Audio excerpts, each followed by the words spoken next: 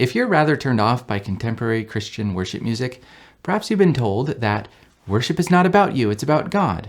True enough. But if you're struggling to worship God because you're frustrated by the music, it might help to know the philosophy why contemporary Christian songwriters do what they do. This probably won't change your preference of music, and that's not my goal, but it might help you appreciate the music for what it is. One problem we often have is that worship music is not creative. It's not interesting.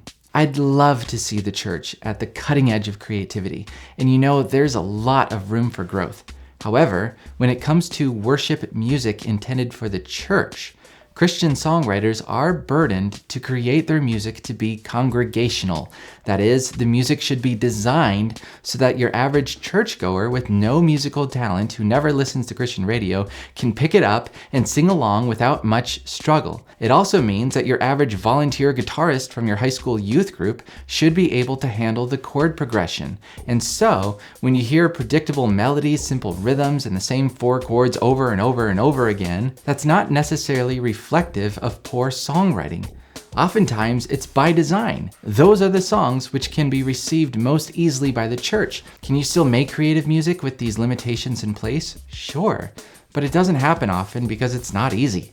Another element in modern worship music that people find frustrating is that it's repetitive and drawn out. Go on YouTube, search Waymaker, a song highly critiqued for being too repetitive. Scroll down, you will find a live recording of this song published by Jesus Image. That's 28.5 minutes long. Why do they do that? Because that is who they are? That is who they are? That is who they are? That is who they are. I can't speak for those musicians, but I highly suspect it's because they're trying to bring back a long-lost tradition of the church known as Christian meditation, where you spend extended periods of time dwelling upon a truth of God's word. Music seems to be conducive for that kind of activity. In a world running at 100 miles an hour, sometimes we need to slow down, set a truth of God's word on repeat, and just linger there for a while. A third problem people have with modern worship music is that it's very emotion-driven. I find this to be a double-edged sword. We do have to be careful that our faith is not grounded in emotion. But the gospel is the most beautiful thing you will ever encounter in your life. And when you're singing about the gospel, shouldn't the music reflect the emotion of its words? Further, if heaven is supposed to be a big party with God, I can see why some of our modern music, with all its glitter, would try to reflect that, if only in a very small way. I think a good worship leader should be aware of the emotional effect that their music naturally has on people and train their congregation to allow the music to serve its purpose. We want people to be caught up in the truth of the words rather than the melodies, but the melodies can help us get there. If I were to give one critique of modern Christian worship music, I would say this.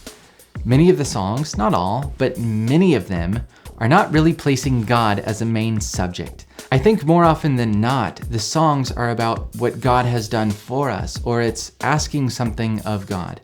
That's not necessarily wrong. You get plenty of prayer like that in the Bible. But if that's our only diet in worship music, then we can easily start to think that worship is all about us using God to encourage ourselves. Sometimes we just need that, but I want to see more songs in our worship music totally centered on the beauty of God, where all of our affections are directed there. Songs that could have been sung by his angels long before God even made humanity. If we are going to reform Christian worship music, I would say let's make that our #1 priority.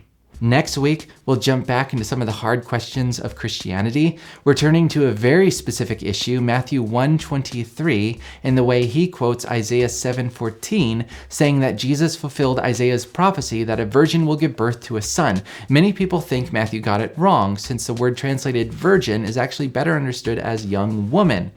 We'll take a look at that. So, thanks for watching, and I'll see you in the next video.